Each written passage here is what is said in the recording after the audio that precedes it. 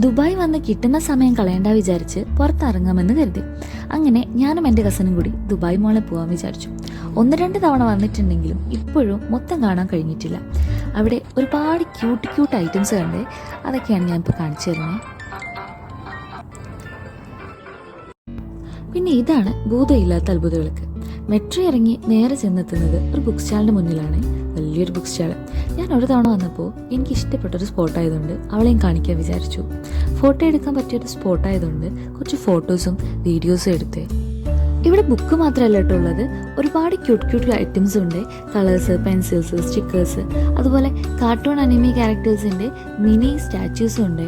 അങ്ങനെ ബുക്ക് സ്റ്റാളും അവിടുത്തെ പ്രദർശനങ്ങളും കഴിഞ്ഞ് അവിടുന്ന് പിന്നെ ഞങ്ങൾ നേരെ വെച്ച് പിടിച്ചു വാട്ടർഫോളിൻ്റെ അടുത്തേക്ക്.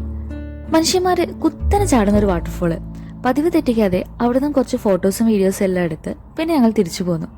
അപ്പം ശരി, കാണാം.